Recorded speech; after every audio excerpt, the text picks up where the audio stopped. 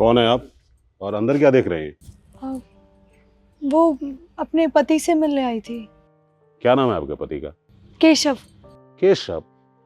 तो ऐसे ताक झांक करने की क्या जरूरत है? जाइए अंदर जाके लंच दे आइए। अरे नहीं साहब, अगर अंदर गई तो बहुत डांटेंगे वो मुझे। अरे ये क्या बात हो गई? आप अपने पति के लिए खाना लेके आई हैं, आप अंदर जाके दीजिए, अच्छा लगेगा उसको। तो साहब क्या है ना, उन्होंने मना किया है। जहाँ वो काम करते हैं ना, वहाँ पर मुझे आने के लिए उन्होंने सख्त मना किया हुआ है। अगर मैं अंदर गई ना तो बहुत डांट मारेंगे। अरे कुछ कलेश नहीं होगा, रुकिए अभी मैं कॉल करता हूँ। साहब। अरे रुको, केशव जरा बाहर आना। आ रहा है अभी। बहुत गुस्सा करेंगे, आपने खामा का फोन कर दिया। अरे गुस्सा नहीं करेगा मेरे सामने। जी सर। तुम्हारी पत्नी आई है खाना लेके। तुम यहाँ? अरे तुम यहाँ पर क्या कर रही हो? मैंने तुमसे मना किया था ना कि मेरे ऑफिस के आसपास भी मत दिखना। क्या है ना, आप सुबह खाना नहीं खा के आए थे तो आपका खाना देने आई थी, बस ले लीजिए, मैं चली जाती हूँ। अरे तो तुम्हें पता नहीं है क्या, मैं बाहर से भी खाना खा लेता हूँ और वैसे भी घर का खाना नहीं खाऊंगा तो कुछ नहीं होगा मुझे, समझे तुम? मैं बाहर से खा लूंगा खाना, जाओ तुम यहाँ से।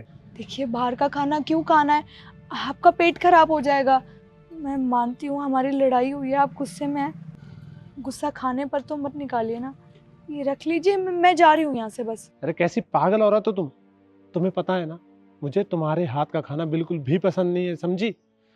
वो तो मेरी किस्मत फूट गई है जब मेरी तुमसे शादी हो गई।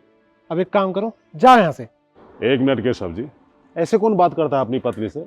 अरे आपकी पत्नी इतने प्यार से खाना बना के लाई है, आपको खिलाना चाहते हैं तो खा लेना चाहिए था ना। अरे एक मिनट, आपने जो ऑफिस में झूठ बोला है कि आप शादीशुदा नहीं बैचलर हैं, तो ये कहाँ से आ गई?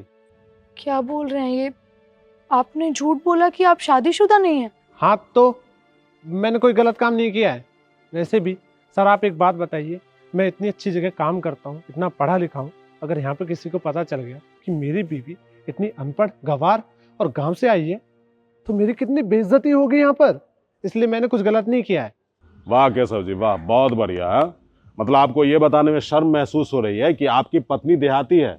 अरे देहाती है तो क्या हुआ, ये लाखों शहरों की लड़की से बहुत अच्छी है जो आपका इतना केयर करती है। नहीं तो शहर की लड़की आज तक किसी का केयर की है, और आपको ये बताने में शर्म महसूस हो रही है। एक मिनट, एक बात बताइए, कल को आप किसी बड़ी कंपनी में जाओगे तब तो ये बताने में शर्म महसूस होगी कि कभी आपने मेरी कंपनी में काम किया था।